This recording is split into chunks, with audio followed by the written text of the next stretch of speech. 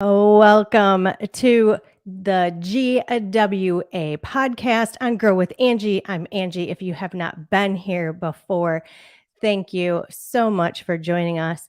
If you are joining tonight, please leave comments and I'll bring them up and you can ask questions as we go along. And I'm really excited to be here today. I want to talk a little bit tonight about storing food and preparing food for 2022, getting you through the winter time or just for food shortages.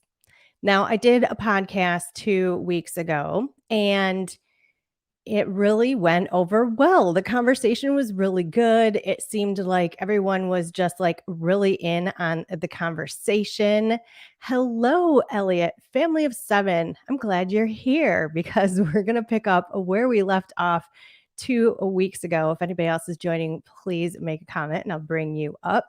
So 2 weeks ago, we talked about food shortages and kind of the whys and what's going on with that. So I'm going to pick up from that. But one really quick thing, last week we talked about the differences between a DIY and a pre-done kit for hydroponics and the debate of can you build it yourself? It's super cheap, it's super easy. And I want to put this myth to bed because I got on another page today. It was actually a Facebook ad for a different type of growing system than I have. And someone was asking questions about the growing system, and there was quickly a comment underneath. You can buy some shelves and a auto mechanic light, like a garage light, and you can DIY. So I had to call the person out because if I had a shelving unit and some kind of a garage light on the shelving unit, I would have a place to put knickknacks. I would have a place to put books. Because if I just have a shelving unit and a grow light, not even a grow light, just, an outdoor mechanical light, where are my plants? So I had to kind of call it out and say, like, let's be honest. I just did a podcast on this last week, and that is such misinformation that, there's so much more to it than that. So I just wanted to say that again for last week. So let's dive in. What I want to talk about is storing food. For the most part, I want to talk about storing food because we are going to continue to see these food shortages throughout the winter and probably, hopefully, by spring or summer, the farmers will be able to get everything kind of back on track from what has happened the last couple of years. But in my area, meat is still ridiculously highly priced. And I did see a couple of articles. I'm going to dive into it a little bit more. I want to do some more research before I really claim that I 100% believe it, because you can't just read what's on the internet and say, hey, this has got to be true. But it was about lab created meat. And we're not talking about a veggie burger, plant-based meat. We are talking about taking stem cell and DNA from a cow and making a piece of meat in a petri dish. That is really, really scary to me. So scary that we have come so far of where we used to be with having food, growing food, raising it. And I get it. Not everybody has property like me. I'm not going to think that you do. And I don't have a farm. I mean, my gosh, I'd love to have, goats would be like my first thing. I'd go out and milk a goat. I know, isn't that disgusting? If you look it up, and I'll try, like I said, I'll try and do some more research, but if you look it up, there's actually a petri dish and it's got like a little piece of meat in it, and it's absolutely disgusting. And it's something that they've been working on for a couple of years to combat not wanting to harm cows and use cows for meat. So in food preparation, there's a couple of things I want to talk about, and I have some things down in the description of the video as well for you. And the first thing is dehydration. I think this is very underrated when it comes to preparing your food for yourself at home. there's a lot that you can do even if you don't grow it yourself. Now, I have a couple of different dehydration systems listed below. And one of them that I have, we bought so many years ago. I don't even know if they make it anymore or what the name brand is, but it's just this white tower with all these little shelves. So I tried to find something that was comparable to that and really basic, inexpensive dehydrator. Then you can go all the way up to something called an Excalibur, which actually my sister gave to me. So I was really, really blessed to have this Excalibur, and it is like a mini oven. And one really positive, awesome thing about dehydrating food all winter long is it is a heat source. So if you have them in your kitchen and you're running them, I mean, they're blowing hot air. Depending on what you're dehydrating, it could be 4, 6, 8 hours that is going. And I did a little short that I posted a couple days ago about making pumpkin seeds, and that was hours. Like for I don't know how many trays. It was 3 hours, I think. And I did, I don't know how many trays. I think I had my oven running on the lowest temperature for 6 or 7 hours, I think. But my bowl of pumpkin seeds is the biggest I've ever had. So, dehydrating foods like that is going to obviously preserve your food. So, what can you dehydrate? You can go to the store and you can buy apples. You can get all kinds of fruit. I mean, you can dehydrate every possible fruit. You can pretty much dehydrate anything.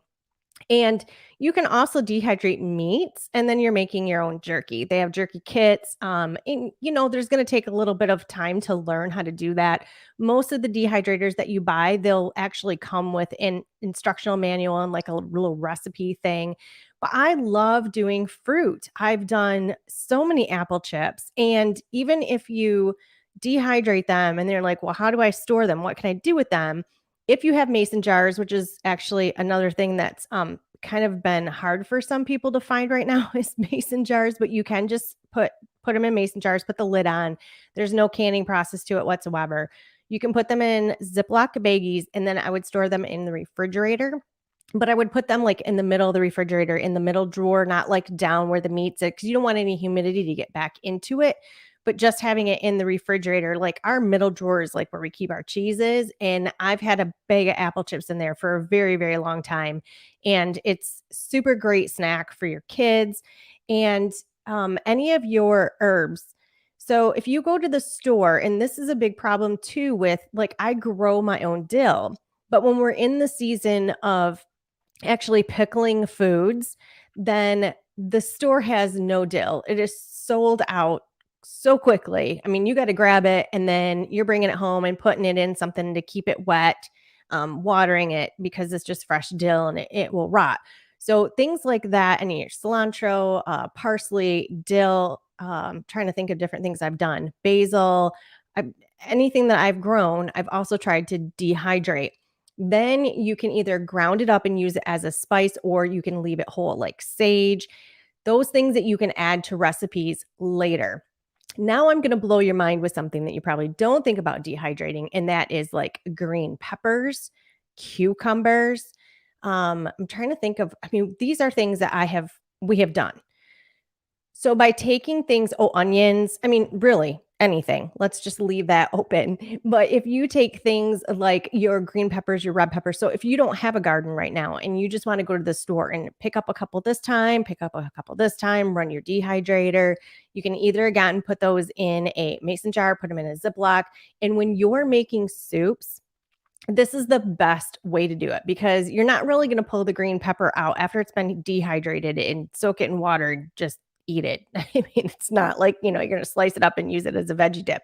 But adding it into your own soups, or if you're just buying a basic, like a chicken broth and putting it in there, you don't have to cook them very long. It can be at the end of your process. You can put them in crock pots, and as soon as they get into the hot water, they're going to soak all that moisture back up.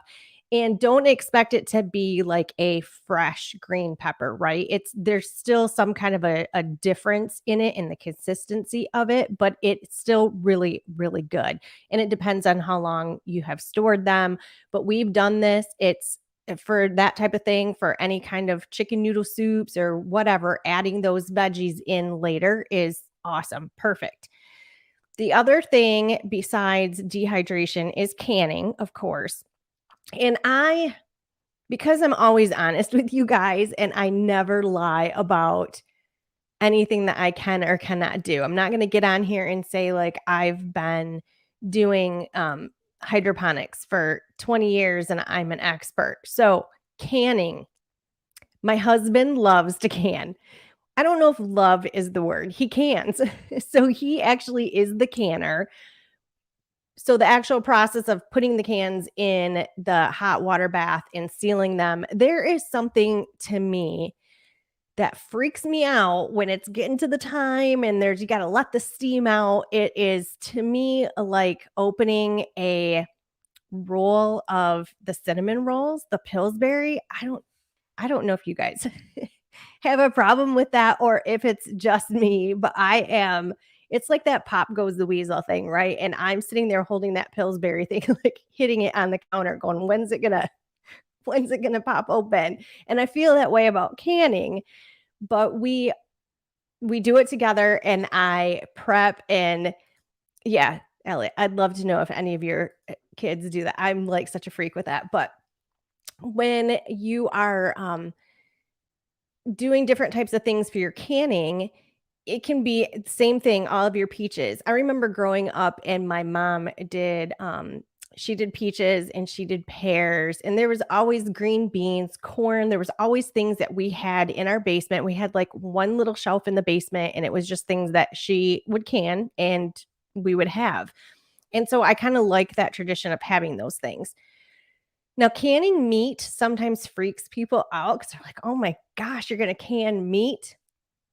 Do you buy canned chicken? Do you buy tuna fish? Because it's canned meat.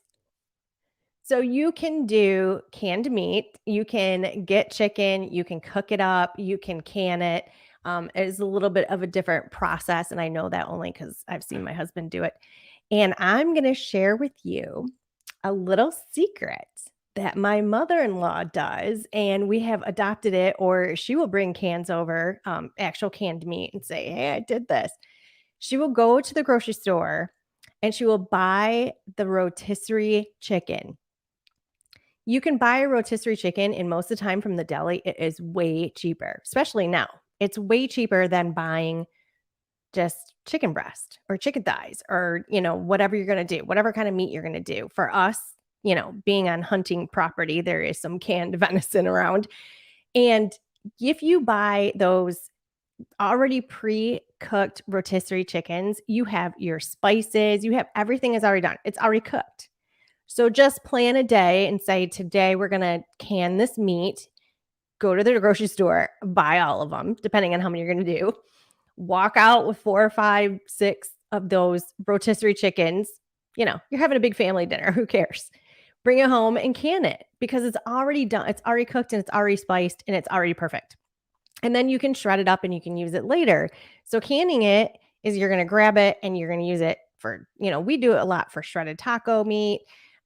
There's so many different things that you can do. So if you look into the whole world of canning, you would actually be really surprised of what you can and what you can dehydrate.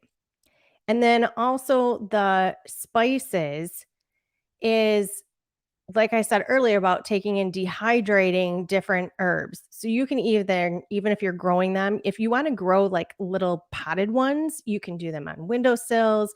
If you're getting into the hydroponics like I am, oh, by the way, heads up, look at my lettuce. Isn't that great? Like every week I do my little podcast. I'm like, look at my lettuce.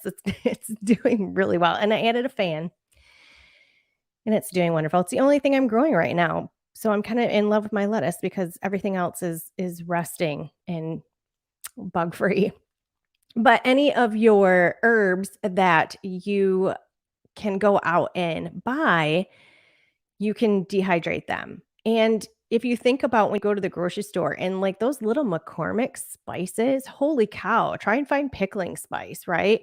And that's always a problem for me at the holidays because this family pickles bologna. It's like a tradition, and I need my pickling spice. So you can look at all those ingredients and you can make your own pickling spice.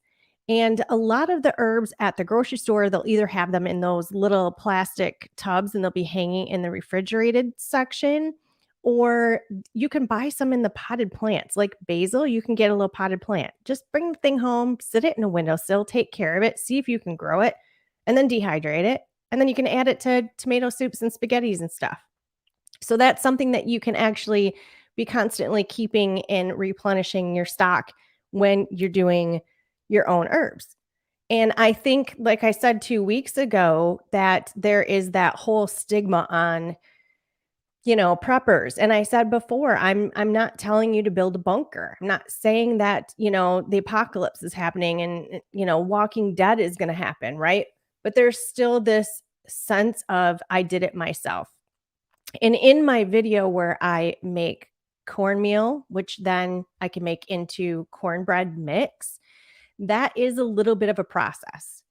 But I'll tell you when I'm doing it, and not a process like there's a lot of steps. There's not a lot of steps. It just takes a while. I mean, the corn takes a really long time to dehydrate, and then you have to grind it to get the skins off of each little kernel and separate it out into a powder, blah, blah, blah. Watch the video. But then you are making your own cornbread. And I'll tell you, there is something about doing that whole process and then pulling that cornbread out.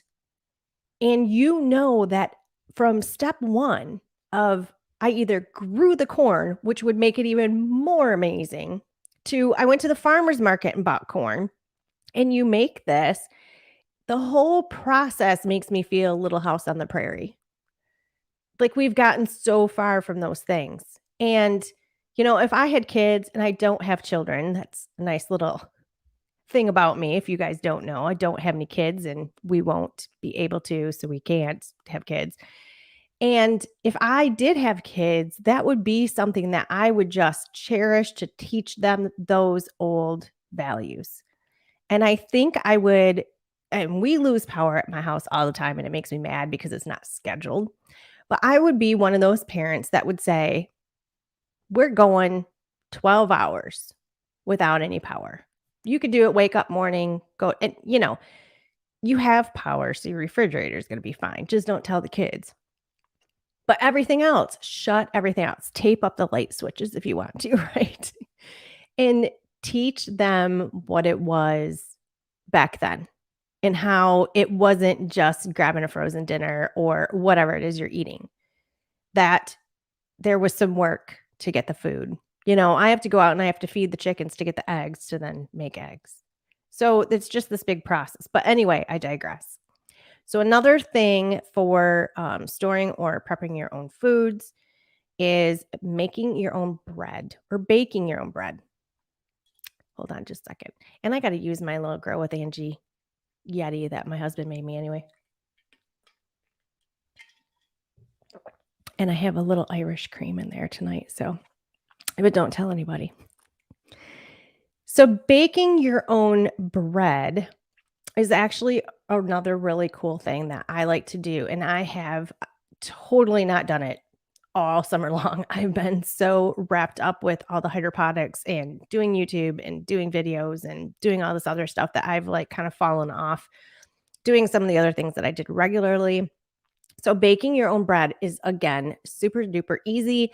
And my tip on this is you don't necessarily have to buy a bread maker.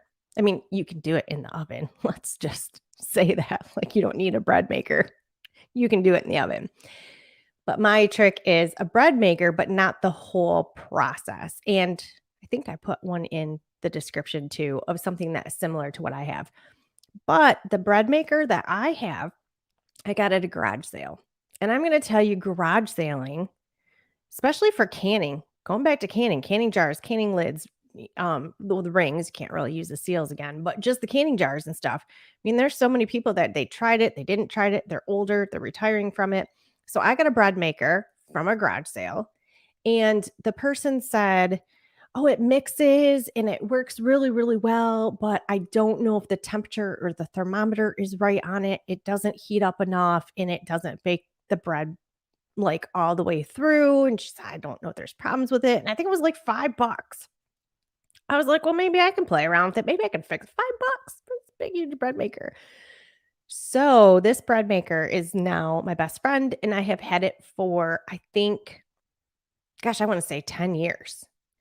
And what I do is put all of my ingredients into the little metal container that goes in the bread maker, and flour, sugar, yeast, and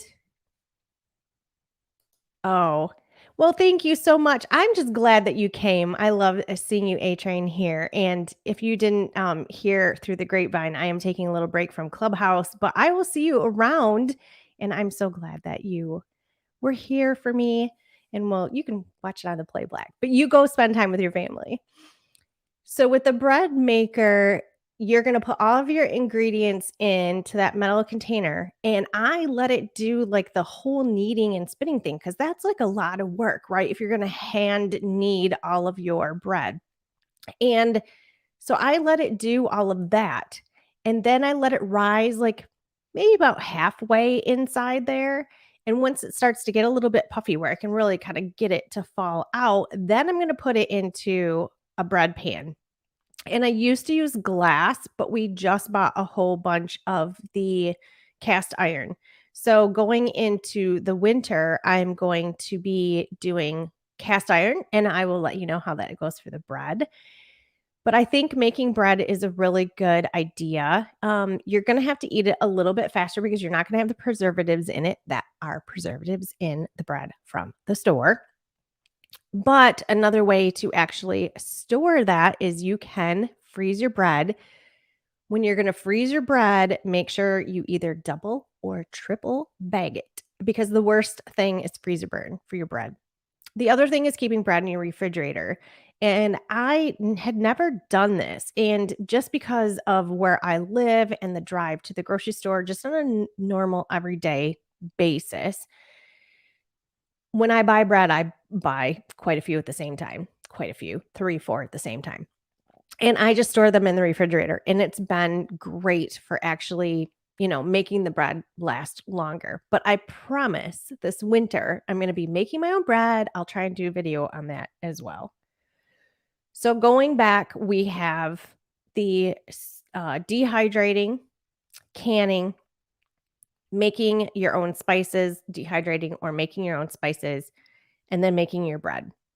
And of course, the next one I have to talk about indoor gardening. What would I be without indoor gardening? You can indoor garden and you're going to get fresh food. So there is no process of really having to store your food, I guess. I mean, if you want to grow in an abundant amount like I do and then dehydrate it, or whatever you're going to do with it at that point, freeze it. There's a whole bunch of stuff you can freeze, green beans, whatnot. Dehydrate your green peppers. But if you're going to have something like this going all the time, then you always just have a continuously fruitful harvest of greens. And you can always have your lettuces and your spinaches and your Swiss chard. And I mean, those are some of the greens that, we eat a lot of. And then there's always the cilantro, which I don't know if I can back up enough. Can you guys see this little mason jar? And everything's backwards. There's a little mason jar right there. And growing in that mason jar is one tiny little cilantro.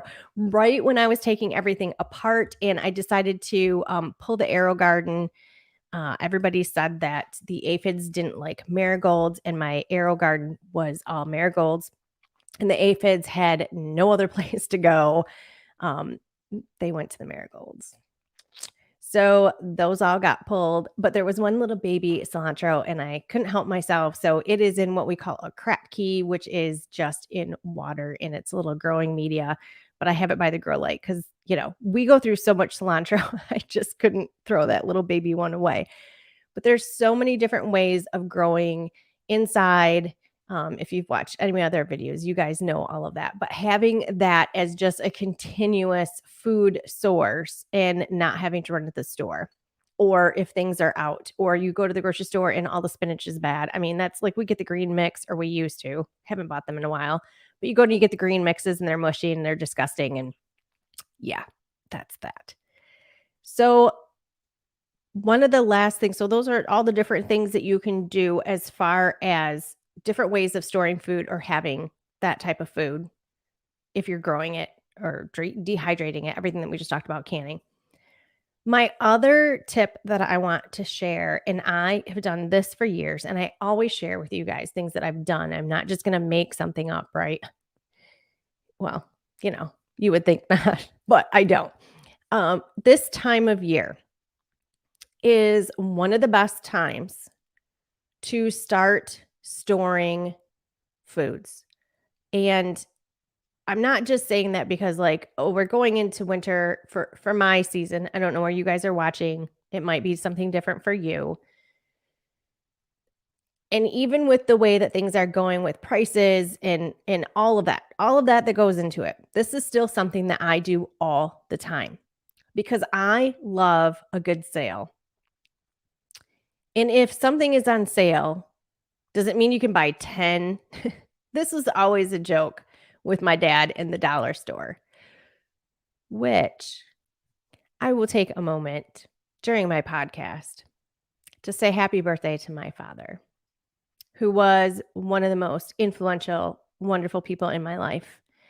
And not everyone can say that. Not everybody can say that they have had this amazing relationship with their father. And if you have, you are blessed. And I am blessed that he is a part of my life and still one of the most supportive people in my life. So I love you, Pops. And I'm sure you will see this if you are not here right now. So now I got, the holiday sale. So our joke was when you go to the dollar store, how much is this? It's $1. How much is this? It's $1. How much is this? It's $1. Oh my gosh, I could buy 10. It's still $10 then, right? But I kind of get that way during the holidays or getting like, Thanksgiving is right around the corner, which got my nails done because this is a tradition for me too. Thanksgiving all the way through till these hands are dirty in the garden outside. I have my nails on. So I got those done today. So that starts the season of going shopping and finding things on sale. I'm talking your canned green beans, your canned corn, right? Because everybody's going to use that for Thanksgiving dinner. Your stovetop stuffing. What else do I grab? Dehydrated potatoes. Anything that is a big thing during the Thanksgiving dinners is on sale. Cornbread mix. I mean, just I don't know. I'm trying to think of what we have for Thanksgiving. So all of those things go on sale and, then they throw in the macaroni and cheese and they got all this other stuff. But you're looking at stovetop stuffing and it's buy two, get one free or whatever. Buy them. Buy them. Find a corner in your little pantry. Find some spot in a cabinet and save them. Because things like that are what's stovetop? It's dehydrated, which maybe I should try and dehydrate bread. I might do that. I might do that and let you guys know how it goes. I will bake my own bread and I will dry it out. And those are things that they're on sale right now. So 2 weeks ago when we talked about prepping, and if you don't have a ton of money to go out and you're like, you can't just buy thousands of dollars of food and you don't have a ton of room. And I said, if you're going to buy a ketchup, buy two. If you're going to buy a mustard, buy two. And every time you go to the grocery store, take one or two items and buy two or three. And that's how you're going to end up getting more things on your shelf. And I see more and more people watching. I'm so excited. Thank you very much for being here. You guys give me a shout out. Say hi in the comments. Please interrupt me at any time. I don't care. Ask me questions. I'm happy you are here. So when you're buying things and you're trying to get some kind of a stock and some kind of a backlog of food, why not have a whole bunch of dried potatoes? Why not have a whole bunch of stuffing? Why not have a whole bunch of canned corn and green beans? They are on sale right now. These are the times that you can go. And if you're pushing out a cart, like if you're embarrassed, and I know some people maybe, I don't want to walk out with, on a normal day. Why is this girl buying 10 stovetop stuffings? Because it's Thanksgiving. And I'm going to roll out of here with 10 boxes because you don't know how big my family is, right? I'm sliding off my chair for some reason. I'm getting excited. About boxed foods for the holidays. So those are the things that you can do to actually have and prepare. And I don't know where everybody is watching from, but I drove by a gas station today when I was out getting my nails done, and our gas was $3.33. $3.33 a gallon. 333.9, because they always got to throw that in there so you don't see that, like, tenth of a hundredth of a penny. And those things are like really starting to hurt people. That's starting to, are you going to travel for the holidays? Are you going to go, you know, across the state? Are you going to, go visit that family when maybe you can't afford the gas? So having things like extra food and having things stored away. And again, I'm not saying you gotta, fill half your garage or buy a storage shed, right? I'm just talking about some extra, having some backlog, because maybe there's a little bit of a hardship. Maybe the money's not coming in. Maybe the job got lost. Maybe something happened. And it can be something as small as knowing and having that comfort of having something in your house. Having some lettuce, right? You're making tacos and you want some fresh lettuce. Doing those things and preparing your family is a very, very smart thing to do. And even if it's you, if it's one person, right? If I really wanted to dig into this right now, I mean, my gosh, they're still like fairly little, but that could be a salad. You're not going to starve, right? But having those things and having that comfort of being able to take care of yourself during those times, during the winter storms when you can't get out, during power outages. Like I said, we have them all the time. I'm so tired of them. My power company needs to get on the ball and change some stuff by my house because we're always this one grid that goes out. But I digress. That's what I get for living in the woods. But, hey, we like it. But I just, that's part of my passion and my, I guess, drive into doing this channel too is, it started out with, I'm going to teach you how to do hydroponics or you're going to grow with me, right? And I always say that, grow with Angie. Don't just watch Angie grow, but grow with me because I'm learning too. I've never done it before. I got my first unit in October of last year. So we're just over a year of having my first unit and not even knowing that I had to watch pH levels or add food or the nutrients or any of that. I didn't know. And so I'm learning those things, but then I'm also implementing the things that we have done for many years. And if I have a chance in this platform, and I thank you so much for your support, you guys. When I have Amazon affiliate links, it's no cost to you. I get a small commission. My coupon code for iHarvest, if you want to get one of those, it's Grow With Angie. It saves you $50 and I get a commission. But I take that and I'm buying more things like, I'm more growing stuff and I'm making more videos and I'm trying to get more content out to you. And it's, I'm just under a year. I haven't been doing this a year yet. And we are over 600 subscribers. You guys are awesome. I love this growing community. I love talking to all of you on Facebook all the time and different, Clubhouse, MeWe, all the different things, Instagram. I get messages all the time, all day long. And you guys are great. I love it. But if I can take those things and teach you or show you, like I'm not teaching you saying I'm so much better. I've had chickens for 8 years. I kind of know a few things.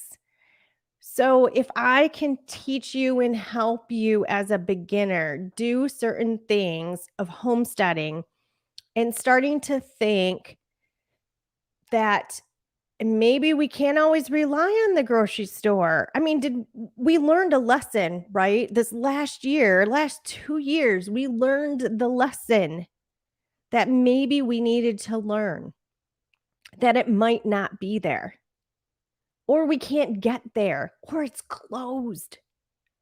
I'm crashing Seinfeld on Netflix and I'm almost done. Was it 9 seasons? And I never watched the last episode of Seinfeld because I heard it was horrible. And here, how many years later, I'm finally going to watch it and find out what happened to all of them. And I'm sure I'm going to be mad and I'll complain about it later. But if you look in his kitchen, and I know it's a TV show, but it is based on how people live in big cities in an apartments. And if you look in his kitchen, we all know Jerry Seinfeld ate cereal and Kramer ate all of his fruit. And Kramer pulled everything out of the refrigerator and George ate his granola bars. But what did they do every single episode? Breakfast, lunch, and dinner. They went out to eat. And what happened this last year and a half? I always want to say this last year, but I can't. It's mind-blowing. We're going into 2 years.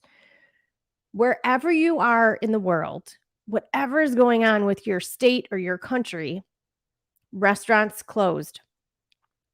Grocery stores were having certain hours. Only so many people could go in at a time. You couldn't return your pop bottle cans, which here in Michigan is a really big deal because again, on Seinfeld, they knew Michigan has a 10-cent return.